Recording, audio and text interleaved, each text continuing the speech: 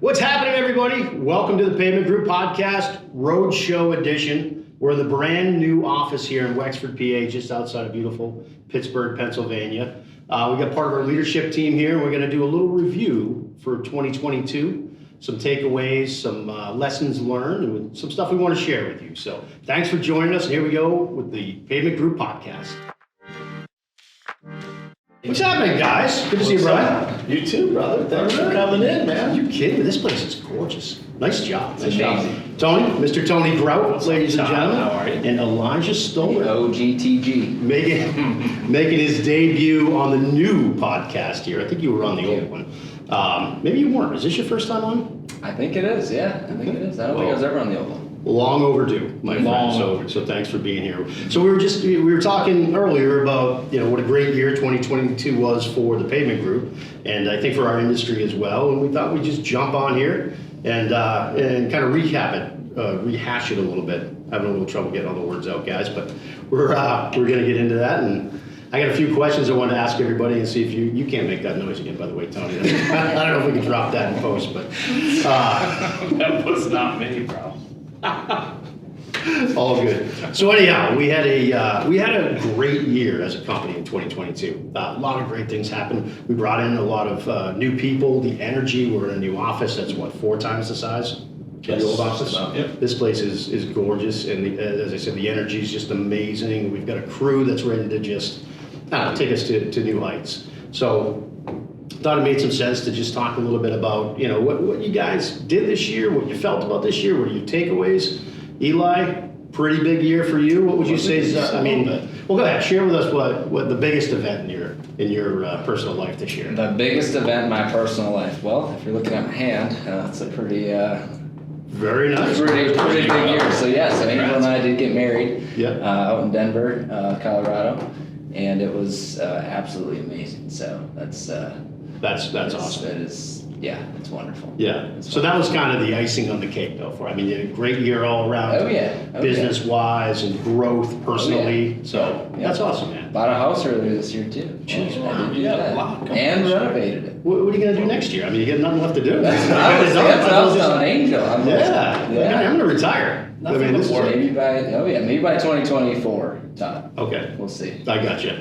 All good. Well, professionally though, and thinking about this year with the Pavement Group and your role in sales, what was the most rewarding thing in that arena for you this year?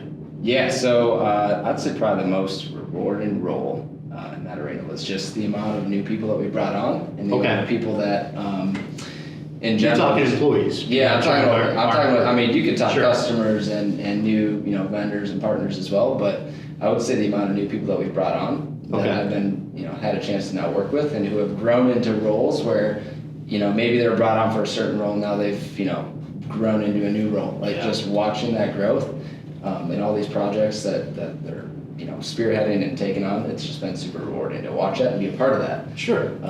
Just in general, and just the amount of new people that we just continue to bring on, and the amount of people like, hey, I want to work there. How can I work there? Yeah. Does that surprise you? How often that happens, Brian? Here, I know it's kind of part of the strategy, but how often that happens that people just sort of reach out and say, hey, how do I get involved? Yeah, it's becoming less surprising, I guess, but it's definitely, as the company has grown, the surprising part is how many people that are a perfect fit end up showing up. Right. And I think that's probably the coolest part. And to your point, it's always kind of been a strategy, doing things like this, telling the story, letting people kind of look inside of what we're doing and how we're doing it, showing people the ups and downs of business and being more transparent than hopefully other companies are. That has been attractive to a lot of people, and it's been attractive to the right people, right? The people with the right values that want to be part of this. But it happens, it's becoming less surprising because it happens on almost a weekly basis at this point. If somebody wanting to work here. So the biggest challenge that we have now is growing the company big enough to have seats for every person that wants to be part of it. Sure. We got plenty of them here. Yeah, I think this office was a good start, Tony, right? Yeah. You could fit 50, 55 people here, something like that? Just over 50. Yeah, you build it and they will come. So how do you know, Tony, if somebody that we brought in is the right fit? Like, what does that look like in your mind to know in the first 30, 60, 90 days that, yeah, this is right for them, this is right for us. I mean, it's how the culture has grown here. Like, we can look at people, look at a resume, look where they've been, and almost instantaneously know that they belong here. I mean, and we've proved that time and time again. Mm-hmm. Turnover here is not that big of a deal. It's not really at all. Everyone we've brought in has come in, stepped to the plate, evolved into things that we didn't even expect them to. Sure. That's Yeah, I think the important part there, and for anybody out there listening that has a business, one of the things that we do really well is to hire for character and values, and then find the places where people fit. Most of us in this company have not started in the place where we finished, right? It's like, you come in and you really get a feel for what somebody's true gifts are, and then you find a way to get them into that job. And not to say, they don't get to leave the old job until they until they create enough space and opportunity to have a place to go or train their replacement. But it's critical, man, to hire the right human beings, the right people, the right values, the right principles, and then get them in the boat and figure out where they're going to go. and there's a roadmap for them for the next level, which is good. Yeah. And we're always training to train your replacement. So. For sure. So what was your most rewarding thing that happened in 2022 personally? Well, I mean, I was hired here at. I started in December. December, okay. But I was hired as the director of field ops, and one of my aspirations here was to grow that into something else, and worked into the COO role. So obviously that's congratulations. Thanks, buddy. It's huge. Well deserved. It's interesting to listen, I didn't even remember you bought a house this year. Like the time has gone by so fast. It's like the things that you go through in a year, when you look back, you're like, Yeah, dude, there's so much happened in 1 year. It's 1 year. crazy. Not even a year. I mean, we're in November. So. Yeah. No, so true. How about you, Brian? What was the most rewarding thing for you within the business? I think it's watching the people come together, right? So, our team was significantly smaller, last year, and it's like the explosive growth that we have, both from a revenue standpoint, but then also a people standpoint, and then watching that just come together and work, and then watching the fruits of that, coming into this office. We've got 12,000 square feet of office space. We're building a studio here. We've got, just an unbelievable facility here. And so it's like watching all of that happen. It's like watching your vision come to life in a lot of ways. Right. And, that is the most rewarding part, is always watching the individual people create their own success, and then how that contributes and rolls downhill into the bigger pot of creating success for the company. And I think, that's when you hire the right people, they're always focused on doing their own job and how that contributes to the bigger picture. And so for me, watching that come together, I've always been, kind of a person that's interested in people and how they work together, and watching that, it's literally like watching a symphony when it's going well, right? And when you see that, and then you see the fruits of that, be able to produce something like this, it's definitely the most rewarding thing. So you obviously do a lot of things outside the company with other contractors, and a lot in our industry, educational and all that sort of stuff. I think you're very much a thought leader and an influencer. What have you seen change in the pavement maintenance industry this year? Or what's the best thing that you've seen out there that's been different? I think it's people starting to recognize the importance of technology, like people actually taking a step towards it. I felt like for years there was a lot of resistance around it. Yeah. And I feel like the industry as a whole is starting to wake up and say, we better get with it, right? Yeah. Like we better start to adapt this stuff, because if not, you're going to be left behind, right? Sure. And so I think that evolution, and I've been talking about it for a couple of years, that race to becoming a digital contractor, both from a marketing standpoint and then a technology standpoint, and how we create a better customer experience, more efficiency, reducing costs, all those kinds of things, and leveraging technology to do that. And I think that the rest of the industry is really starting to say, like, okay, this is sticking around. It's kind of like the internet back in the day where they're like, yeah, I don't think it's going to stick around. I think we'll wait a little while and see if this internet thing actually That sticks. plucky little technology. Yeah, and I really think that, the industry as a whole is paying attention more. You see more people on social media, you see more people trying to utilize tools that are helpful to their customers and to their people. So that's probably, it's unfortunate that we call that surprising or the thing that stands out the most. But our industry as a whole is usually about a decade behind, and I feel like we've taken some big jumps this year in the right direction. Yeah, no, for sure. I love it because it's driving competition too. And there's a lot of consolidation going on within the industry right now. That's sort of I would say the headline of the pavement maintenance world for 2022. And technology is going to be such a crucial part of whatever happens with all that. Wherever that sort of goes, you can still differentiate pretty easily if you're, invested in that. And that's, it's been cool though, man. I think it's driving a different type of competition out there. For us, it's going to keep us on our game.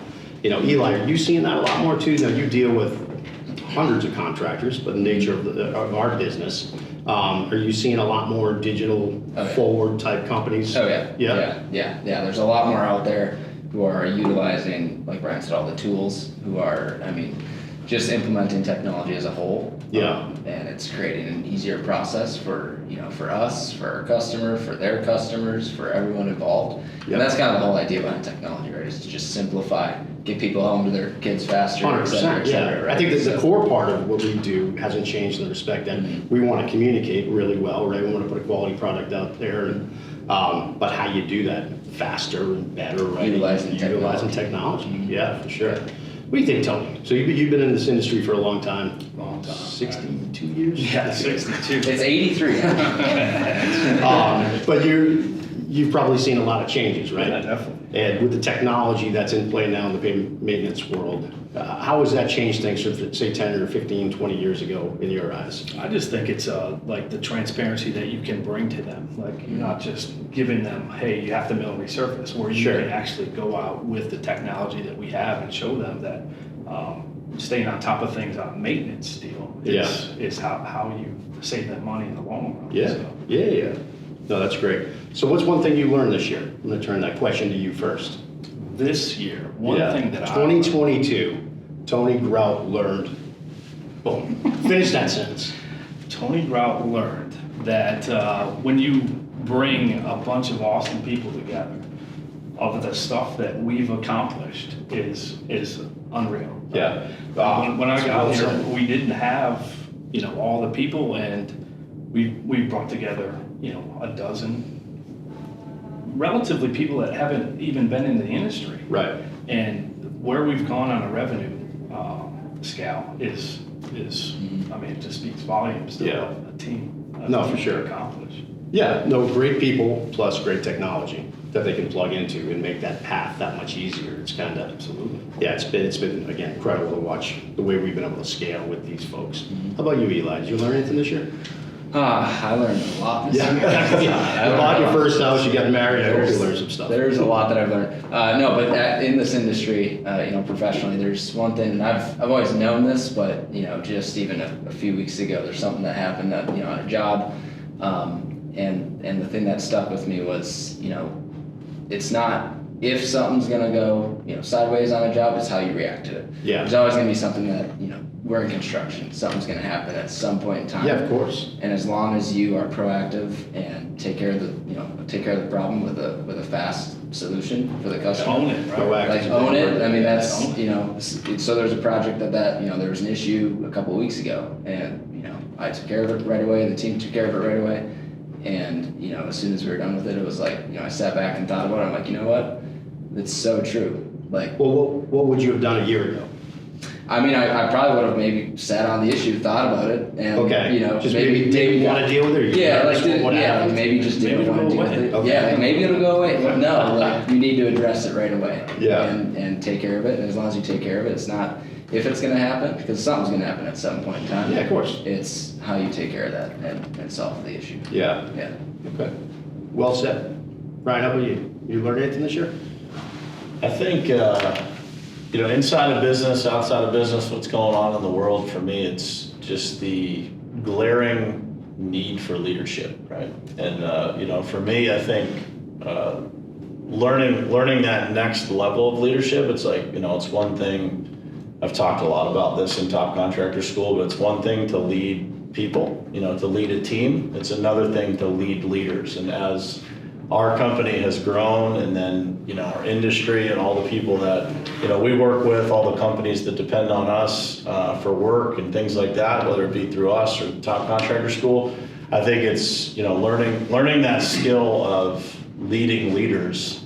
It's a different skill. It's a different look, and the world needs leadership now more than ever. And for us, as what we always talk about is being the example, right? Trying to operate, treat our customers in a way, treat our subcontractors in a way, treat our team members in a way that is a great example to others in the industry and beyond, in our communities and everywhere that we operate.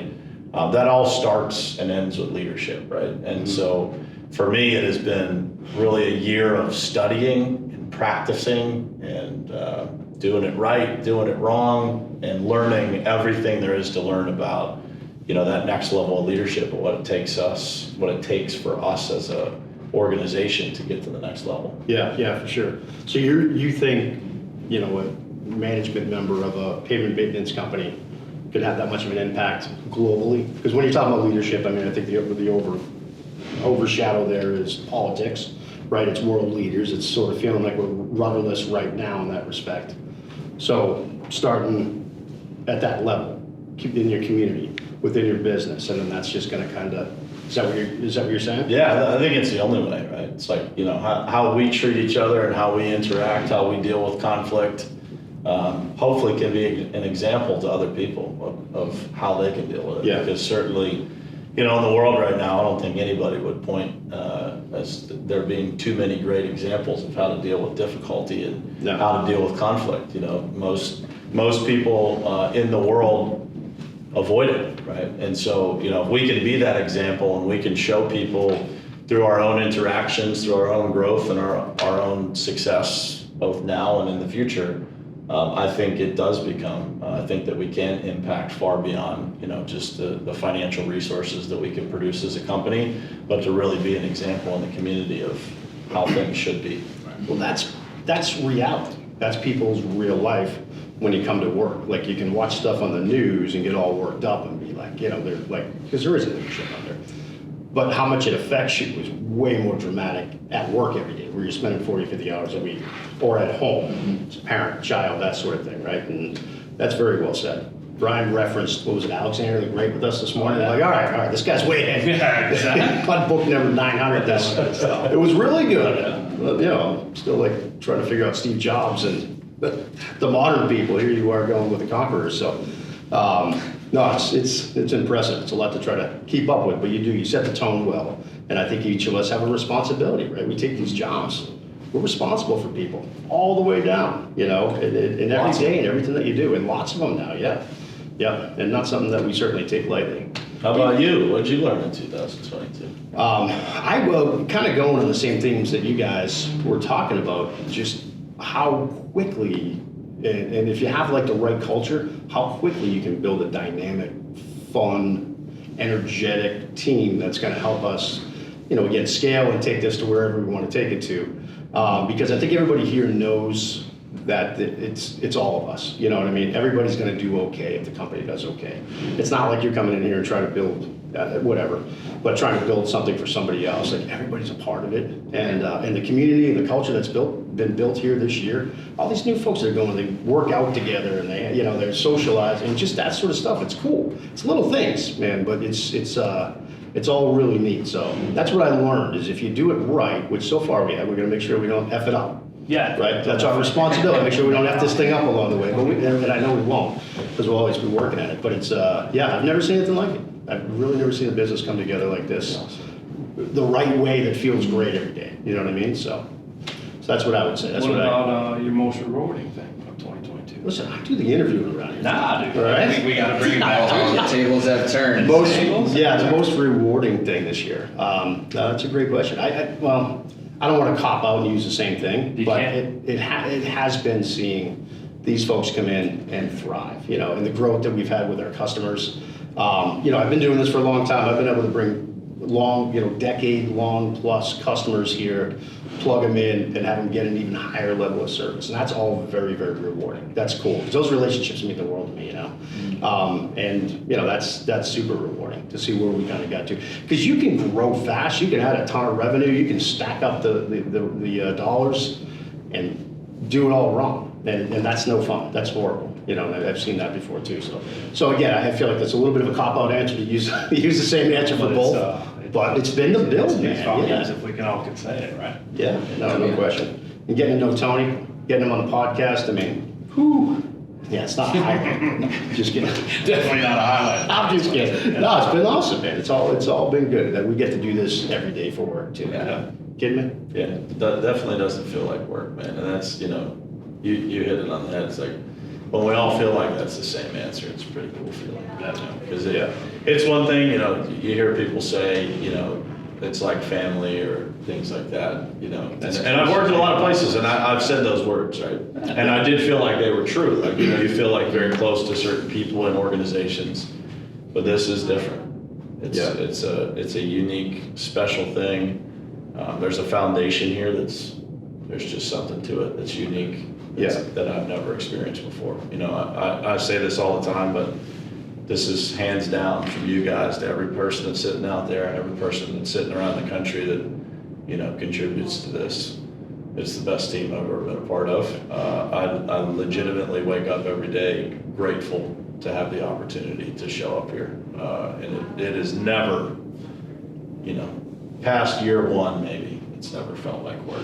Yeah. Year one was, you know, Yeah, shovel in hand. was heavy at times, but you know, now it's a lot of fun to be able to put the pieces together, and to, you know, in a lot of ways you feel like it feels great to be able to give people that shot in the arm or that head start, right? Like they can plug into this moving train that's really special, man. And, it's cool. So I appreciate the fact that we all feel that way, right?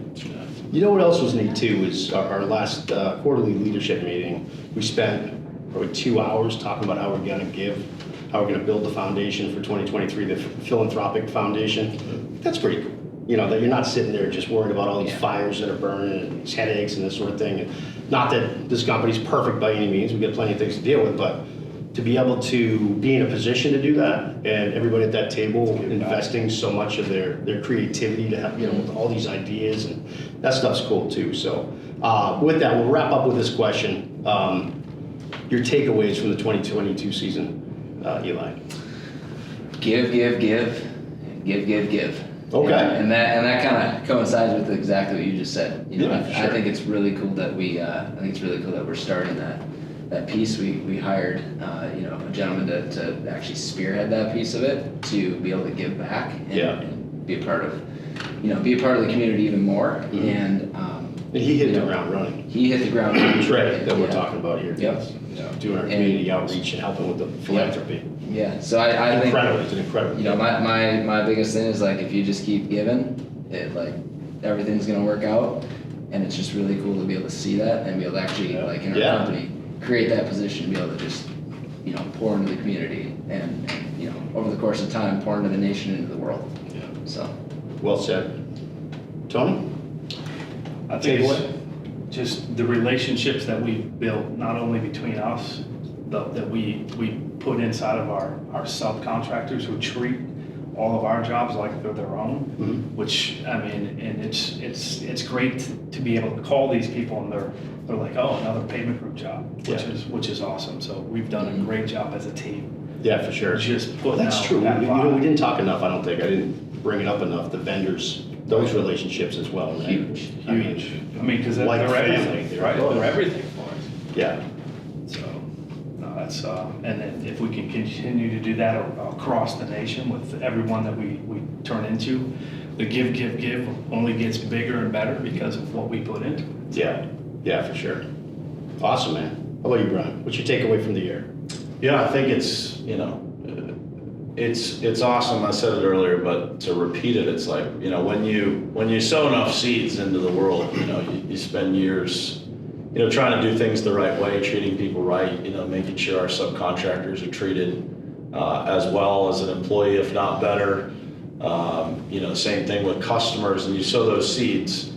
As they say, God will only trust you with what he knows will flow through you. And so for us to be able to get to that point of, we've always given to the charities that approach us and things like that, but to be able to get to the point where that's actually a division of our company, Right. is pretty cool. And it's proof that when you sow those seeds every day over a period of time, the harvest is undeniable, right? And so to be able to do that, and Eli took it to another level to say, like, how we impact the nation eventually, and then how we impact the world. And I really do think we can change the world, right? From an example standpoint, a leadership standpoint. But that's it. It's like just keep giving and serving and doing the right things and bringing the right people in, looking for those people that have the same like-minded and like-hearted nature, and the rest of it all takes care of itself. Yeah, well said, man, for sure. How about you, Todd? My biggest takeaway, just what we can do. Of course. What we can do, and what we can do that's, for good, the good that we can spread. I mean, I think we're probably going to give away as much money in a very intentional way in 2023 as we profited in 2021. I mean, that's incredible. So it tells you, there's just so much more to this, and it's pretty cool. It's pretty cool. That's my biggest takeaway. The people that we built, Miranda, we haven't even talked about Miranda here. I mean, we missed some topics, but with an incredible marketing director that just kind of walked in the front door one day, so to speak. And that's just, it's been a hell of a year. It really has been. It really has. Well, I appreciate you guys joining for the podcast. As always, we're going to be pumping these out probably once a week now moving forward, going into 2023. A lot of changes coming in the company, a lot of fun things, people rising up to new levels. Eli, for one, Tony, excited to see what you're going to do in that COO role in 2023. Brian, relaunching your morning show, and a lot of different stuff going on for you. So it's cool. It's going to be a fun year. Looking forward to it. Me too. Oh, yeah. Always stuff. Awesome, guys. Thank you so much. This was terrific. And thank you guys for joining us again for the Pavement Group Podcast, our 2022 year in review. Can't wait to see what 2023 brings, and we hope we see you there. Thanks so much.